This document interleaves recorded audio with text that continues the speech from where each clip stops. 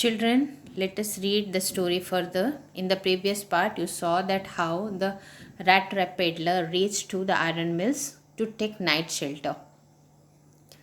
There he gets consent from the blacksmith. In those days, the Ramzom iron mill was owned by a very prominent iron master. उन दिनों जो रामजो mills थे वो बहुत ही ज़्यादा प्रतिष्ठित आयरन मास्टर के द्वारा ओन किए जाते थे. बहुत ही प्रतिष्ठित आयरन मास्टर उसके ओनर थे. Whose greatest ambition was to ship out good iron in the to the market.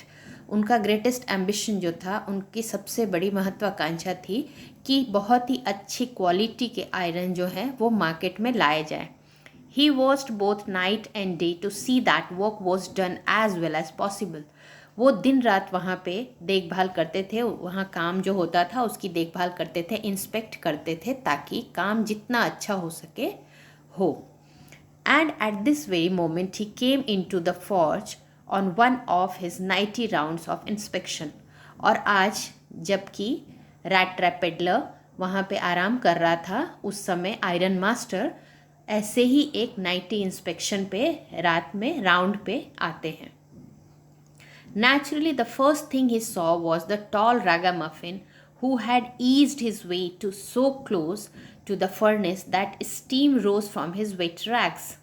तो उन्होंने देखा, जो नोटिस किया पहली चीज़ फॉर्ज में आते ही, कि एक टॉल रगामफिन है जो सामने लेटा हुआ है फॉर्ज के, और इतना क्लोज लेटा है कि उसके कपड़ों से उस फर्नेस की हीट के कारण स्टीम निकल रहा है. Because his clothes were wait, उसके कपड़े गीले थे, तो इतना क्लोज था फर्नेस से कि वहाँ से स्टीम निकल रहे थे उसके कपड़ों से.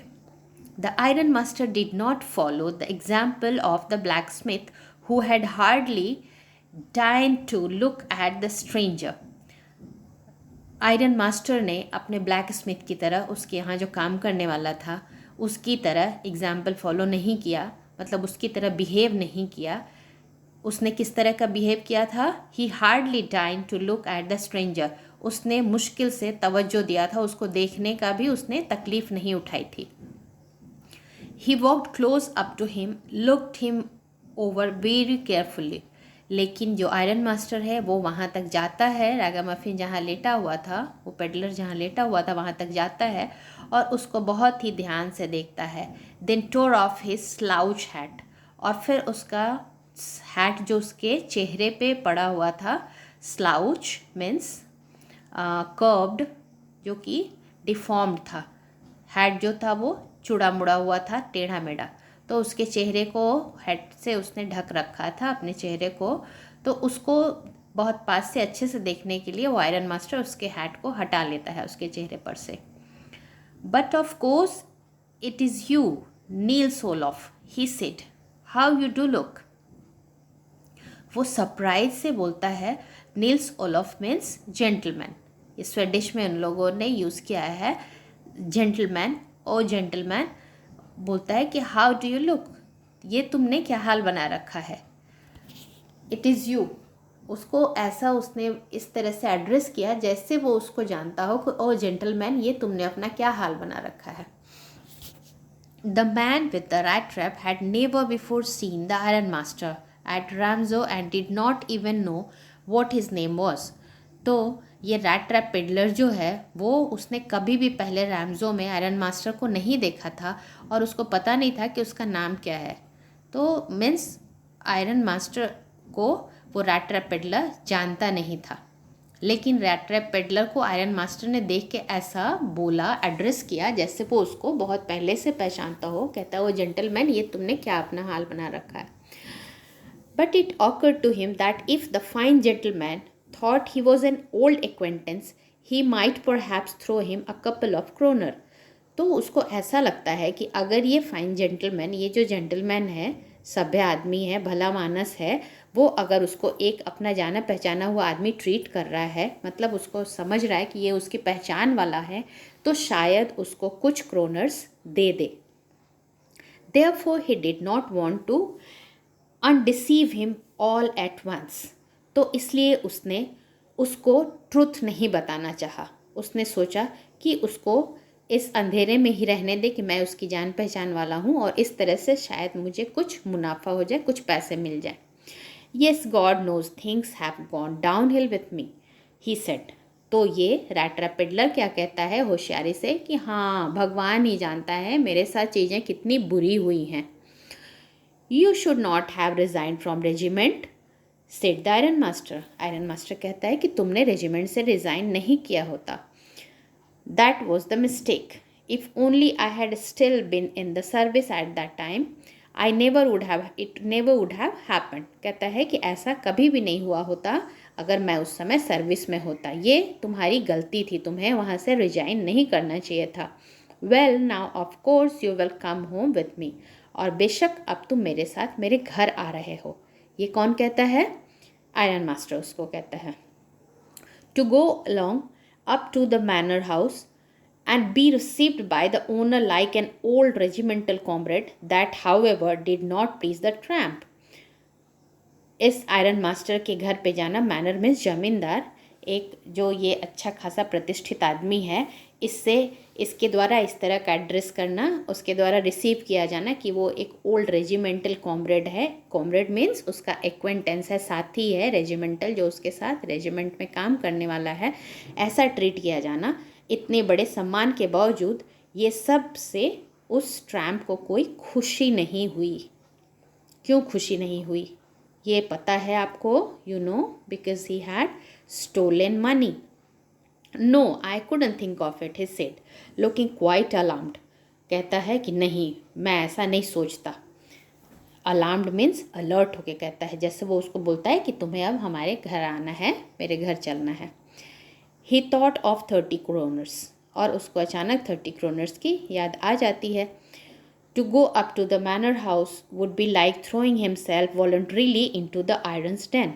और इस समय मैनर के हाउस पे जाना ऐसा होगा जैसे कि अपने आप को जानबूझ के एक लायन के डेन में, मतलब शेर के गुफा में अपने आप को भेजना, फेंकना। थ्रोइंग हिमसेल्फ वॉलंटरीली मीन्स अपनी स्वेच्छा से। He only wanted a chance to sleep here in the forge and then sneak away as inconspicuously as possible। तो वो क्या चाहता था कि बस यहाँ पे फॉर्ज में चुपचाप से रात बिता ले और स्नीक अवे, क्वाइटली, इनकॉन्स्पिक्यूअसली, अननोटिसेबल, वहाँ से सुबह निकल जाए। तो बस वो चाहता था कि चुपचाप रात में आराम करे और सुबह कोई उसको देखे नहीं, धीरे से वहाँ से निकल जाए, क्योंकि उसके पास वो स्टोलन 30 क्रोनर बिल्स थे। The iron master assumed that he felt embarrassed because of his miserable clothing. लेकिन आयरन मास्टर को ये लगता है कि वो उसके घर आने से इसलिए मना कर रहा है क्योंकि उसके पास मिजरेबल क्लोथिंग है, कैसा उसने फटा हुआ कपड़ा पहन रखा है, तो इसके कारण वो शर्मिंदा है, वो उसको अनकम्फर्टेबल फील कर रहा है। Please don't think that I have such a fine home that you can not show yourself there. वो उसको अश्योर करना चाहता है कि मेरे पास, मैं कोई ऐसा बहुत बड़ा आदमी नहीं हूँ, मेरा घर इतना अच्छा नहीं है कि तुम एम्बैरस हो रहे हो वहाँ आने से, ऐसा कुछ नहीं है। वो उसको बताता है, he said Elizabeth is dead. तो कहता है कि Elizabeth means his wife, she is dead as you may already have heard. क्योंकि वो जानता है कि ये उसका एक पुराना जाना पहचाना साथी है, रेजिमेंटल फ्रेंड है। तो कहता है कि तुमने सुना ही होगा कि एलिजाबेथ अब इस दुनिया में नहीं है। माई बॉयज़ आर अब्रोड, और उसके बेटे जो अपना बताता है आयरन मास्टर कि मेरे बेटे सब विदेश में हैं। And there is no one at home except my oldest daughter and myself. और घर पे केवल उसकी सबसे बड़ी बेटी और वो खुद है, ये बता रहा है। We were just saying that it was too bad we didn't have any company for Christmas. कह रहा है कि हम बात ही कर रहे थे ऐसे आपस में, वो बता रहा अपना और अपनी बेटी के बारे में कि हम लोग बात कर रहे थे कि इस बार हमारे क्रिसमस पे हमारे साथ कोई भी गेस्ट नहीं है, हमारी कंपनी नहीं है। कंपनी मीन्स कोई भी कंपेनियन या फ्रेंड घर पे नहीं है, हम अकेले हैं इस क्रिसमस पे।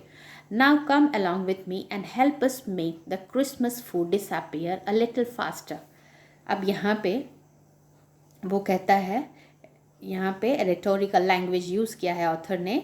उसने कहा है कि Christmas food disappear a little faster, मतलब आप हमारे साथ आओ और हमें हेल्प करो कि क्रिसमस का जो फूड है वो थोड़ी जल्दी ख़त्म हो जाए। मतलब उसको अपने साथ चलने के लिए, अपने साथ उनके यहाँ क्रिसमस का फूड इंजॉय करने के लिए वो उसको इनवाइट कर रहा है। But the stranger said no and again no, and the iron master saw that he must give in. लेकिन स्ट्रेंजर, आपको पता है कि उसको तैयार नहीं होना था, तो वो नहीं हुआ और कहता है, बार बार मना करता है उसको। और आयरन मास्टर को अंत में लगता है कि उसको उस पेडलर को घर ले जाने का विचार त्याग देना चाहिए। गिव इन मतलब त्याग देना। It looks as though captain von Stahle prefer to stay with you tonight. Skenstrom, Skenstrom means it is his name.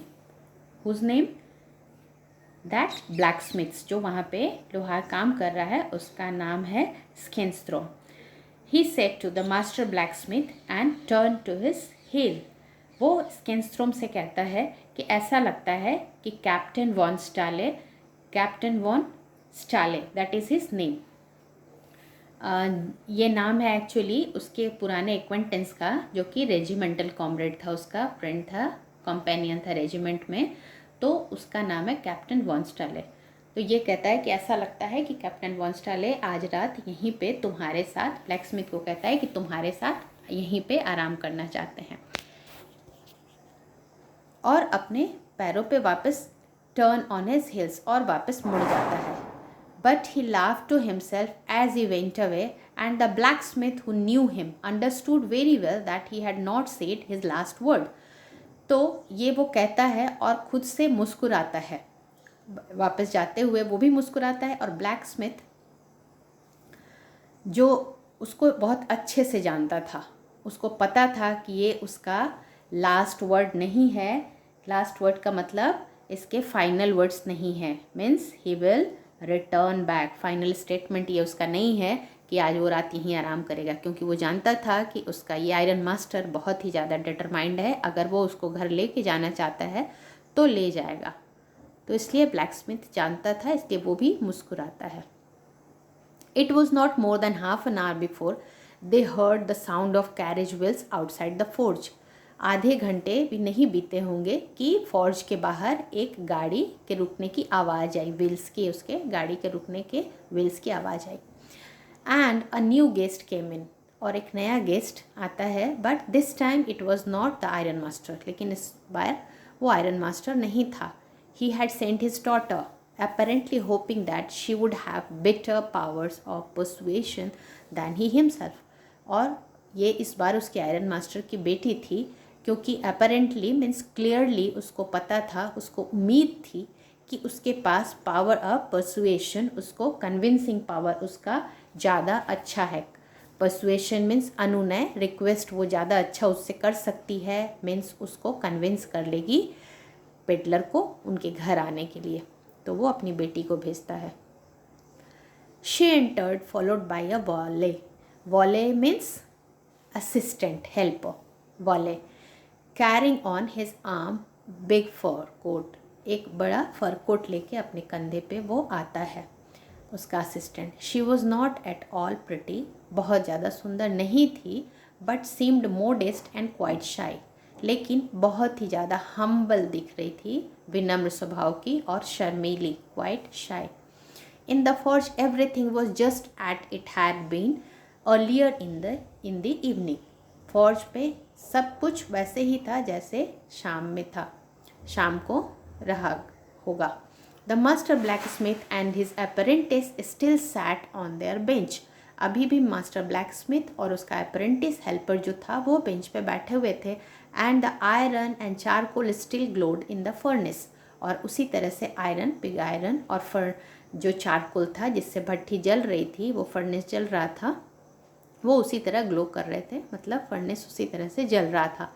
The stranger had stretched himself out on the floor and lay with a piece of pig iron under his head and his hat pulled down over his eyes. तो उसमें जो stranger था, peddler था, वो furnace के सामने उसी तरह से लंबा पड़ा हुआ था, और उसने एक पिग आयरन का पीस अपने सर के नीचे पिलो की तरह रख रखा था और पुल डाउन कर लिया था अपने हैट को, ताकि उसके आँखों पे फर्नेस की रोशनी ना जाए। आँखों को उसने अपने हैट से ढका हुआ था।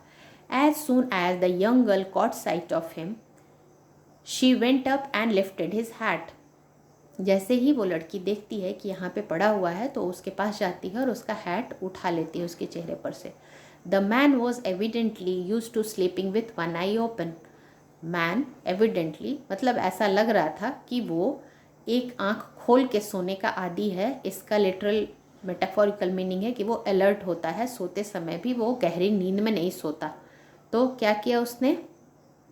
ही जम्प्ड अप एब्रप्टली। जैसे ही उसने हैट उठाया वो जंप कर गया, मतलब उछल के खड़ा हो जाता है। And seem to be quite frightened, और ऐसा लगा कि बहुत ज़्यादा वो डर गया है। My name is Edla Willmansson said the young girl. वो बताती है कि मेरा नाम एडला विलमैनसन है। My father came home and said that you wanted to sleep here in the first tonight and then I asked permission to come and bring you home with to us. तो वो कहती है कि पिता आए, मेरे पापा आए, और वो उन्होंने बताया कि आप यहाँ पे फौज में ही रात बिताना चाहते हो, तो मैंने उनकी परमिशन ली और यहाँ आई हूँ आपको लेने के लिए। I am so sorry captain that you are having such a hard time. वो कहती है कि मैं बहुत दुखी हूँ कि आपको इतनी मुश्किल घड़ी का सामना करना पड़ रहा है। She looked at him compassionately with her heavy eyes and then she noticed that the man was afraid. उसने उसके ऊपर संवेदना से कंपैशन के साथ देखा, और heavy eyes means eyes filled with pity, तो वो पिटिंगली उसकी तरफ देखती है, दया के भाव के साथ उसकी तरफ देखती है और नोटिस करती है कि वो आदमी डरा हुआ था। Either he has stolen something or else he has escape from jail. या तो उसने कुछ चोरी किया है और या तो फिर जेल से भागा हुआ है। शी थॉट, वो सोचती है, and added quickly, you may be sure captain that you will be allowed to leave us as freely as you come, as freely as you came. जैसे ही आप अपने आप स्वेच्छा से आए वैसे ही आप वापस जाने के लिए भी फ्री होगे। ये वो उसको अश्योर करती है, जैसे उसको लगता है, अज्यूम करती है कि शायद इसने कुछ चोरी किया, that's why he is afraid, और या तो फिर जेल से भागा है। Only please stay with us over Christmas Eve. केवल आप हमारे साथ क्रिसमस के टाइम पे रहिए। इस Christmas Eve means day before Christmas. She said this in such a friendly manner that the rat trap peddler must have felt confidence in her. तो वो इतने फ्रेंडली मैनर में, एमिनेबल मैनर में कहती है, एमाइबल मैनर में उसको कहती है, रिक्वेस्ट करती है, तो उसको ये लगता है कि अब रैट ट्रैप पेडलर मान जाएगा, उसके अंदर उसको विश्वास हो जाएगा, क्योंकि उसने कहा था कि जैसे ही आप आए हो वैसे ही आपको अपनी इच्छा से अलाउ कर दिया जाएगा, आप जब चाहो वापस जा सकते हो, केवल क्रिसमस का दिन हमारे साथ स्पेंड करना है। तो ये उसने इतने अच्छे से कहा था कि उस रैट ट्रैप पेडलर को उसके अंदर कॉन्फिडेंस हो जाए। It would never have occurred to me that you would bother with me yourself, miss, he said. I will come at once. तो वो पेडलर कहता है और अल्टीमेटली वो उसका कॉन्फिडेंस जीत लेती है, विन कर लेती है, और वो कहता है कि मैं नहीं चाहता कि मेरे लिए आप परेशान हो, मैं आपके साथ आपके घर पे आऊँगा, चलूँगा। He accepted the fur coat with the valet handed him with a deep bow. वो फर कोट एक्सेप्ट कर लेता है, जो कि उसको वॉलेट झुक के, डीप बॉ मतलब रिस्पेक्ट के साथ उसको हैंड ओवर करता है। Threw it over his rags, अपने रैक्स को ढक लेता है, मतलब पहन लेता है उसको। And followed the young lady out to the carriage, और यंग लेडी उसके पीछे पीछे, मतलब एडला विलमैनसन के पीछे पीछे वो गाड़ी तक चला जाता है। Without granting the astonished blacksmith so much as a glance, और बिना इसको केयर किए कि वो ब्लैक स्मिथ कितना ज़्यादा सरप्राइज था कि इस रैट ट्रैप पेडलर में क्या है ऐसा कि उसको ये लोग लेके अपने इतने रिस्पेक्ट के साथ उसको लेके एडला लेने के लिए आई है और वो उसके घर जा रहा है। तो उसको उसने कोई भी रिस्पेक्ट का उसकी तरफ ऐसा सरप्राइज ब्लैक स्मिथ की तरफ आंखें फेर के भी नहीं देखी, उसको इग्नोर करके चला गया। But while he was riding up the manor house he had evil forebodings. जब वो मैनर हाउस की तरफ जा रहा था, गाड़ी में बैठ के मैनर हाउस, वो लैंडलॉर्ड के घर की तरफ जा रहा था, तो उस समय उसको एक एविल फॉरबोर्डिंग आता है, मतलब ऑमिनस फीलिंग आती है। क्या होता है? अपशगुन भरा हुआ, a feeling of evil to come, मतलब कुछ ना कुछ बुरा होने वाला है, ऐसा उसके दिमाग में ख्याल आता है। Why the devil did I take that fellow's money, मैंने उस आदमी का पैसा क्यों चुराया? He thought now I am sitting in the trap and will never get out of it. कहता है कि अब मैं फंसा हुआ हूँ, फंदे में फंस गया हूँ, ट्रैप, स्नेयर, अब मैं स्नेयर में फंसा हुआ हूँ, मैं यहाँ से कभी नहीं निकल पाऊँगा, ये उसको ख्याल आता है। अब उसको अपने चोरी करने पे रिपेंट हो रहा है, क्योंकि आज उसको ऐसी रिस्पेक्ट मिल रही है जो उसने ज़िंदगी में कभी नहीं देखी थी, तो वो पछता रहा है अपने चोरी करने पे। The next day was Christmas Eve, अगला दिन जो था वो क्रिसमस के पहले का दिन था, means 24 December. And when the iron master came into the dining room for breakfast, he probably thought with satisfaction of his old regimental comrade whom he had run across so unexpectedly. तो जब अगले दिन Christmas ewe पे, Christmas के पहले वाले दिन पे, जब वो आयरन मास्टर आता है डाइनिंग रूम में ब्रेकफास्ट के लिए, तो उसको जब सोचता है रेजिमेंटल कॉमरेड के बारे में, तो उसको एक तरह का सेटिस्फैक्शन होता है, और जिससे वो मिला था अनजाने में, उसको अनएक्सपेक्टेडली वो उससे मीट हुआ था। First of all we must see to it that he gets a little flesh on his bones. वो कहता है अपनी बेटी से कि पहले हम ये देखेंगे कि वो थोड़ा हेल्दी हो जाए, हट्टा कट्टा हो जाए, क्योंकि बहुत ही ज़्यादा दुबला पतला था, मतलब फ्लैश ओवर हिज बोन्स, थोड़ा मांस आ जाए उसकी हड्डियों पे। Who was busy at the table, वो टेबल लगाने में बिजी थी। And then we must see that he gets something else to do than to run around the country selling rat traps, और फिर हम उसके लिए कोई काम काज देखेंगे ताकि वो यहाँ वहाँ कंट्री में घूम घूम के उसको रैट ट्रैप ना बेचना पड़े।